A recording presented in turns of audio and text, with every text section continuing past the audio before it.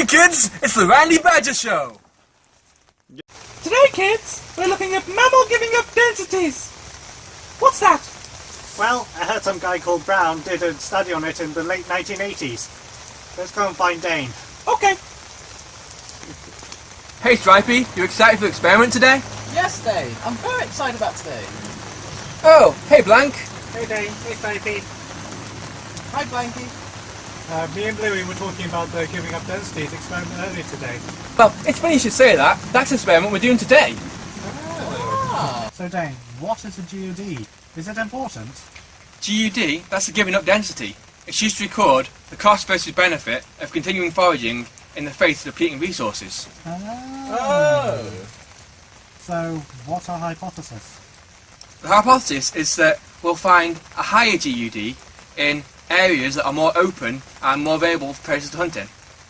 Oh, I get it. Alright, let's go and find Bluey so we can start this experiment. So what do we need? We need 100 grams of peanuts, Right, 400 grams of sand, correct. and scales. Good boy, Bluey. Good boy. Right, okay, so what's first? 100 grams of peanuts. Well done. Yum, yum, Bad, peanuts. Bluey. Sorry. Okay, and what's next? The sand. Is that enough? That's enough. Okay, now we cover the top. Now that's all good to go, and we can take it out in the field. Yay! Hi guys, here we are in the woodland, and this is an experiment we set up earlier. So, we'll take a closer look. Yeah.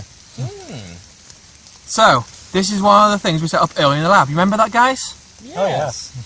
So, this is here, so we can weigh the peanuts after it's been out for a few hours and see how much has been taken. This should hopefully give us a GUD for the small mammals in this area. Yeah, interesting. So, we've set up another few of these every 10 metres for 30 metres along this transect line. Yeah. So what's that for? This, don't you remember setting up this in the lab also? This, we use sellotape on the outsides so that any small mammals that go through it, their hairs will stick to the outside. We've even got some peanuts in there for bait. Let's go have a look at the other areas and then we'll get off back to the lab to look at the results. We believe that the GUD in this area will be lower than the open area, but higher than the woodland. Why's that? Predation is higher than the woodland and lower than the open. So, there doesn't seem to be much here. Ah, it's because we're in the open area. What does that mean? That means that this is a higher GUD than the other areas. Is that due to the higher predation risk? Well done, Bluey. Here is Dane weighing out the remaining peanuts to work out the GUD. Backing up the graph, the univariate analysis test shows that there was a significant difference in the GUD found in the morning and evening with a value of f equals 1.010 and a significant value of 0.384. However, there was no significant difference in the different habitats, with a value of f equals 10.734 and a non-significant value of 0.004. Lovely day here at Flatford Mill. So, how do we do, guys? Well, we didn't find a significant difference between habitats, but we did find a significant difference between night and day. Great. And what about those tubes and slides, guys? We found no significant difference at all with the tubes, and no samples turned up on the plates or the tubes. Great. Well, from all of us here at Flatford Mill, goodbye and stay Randy.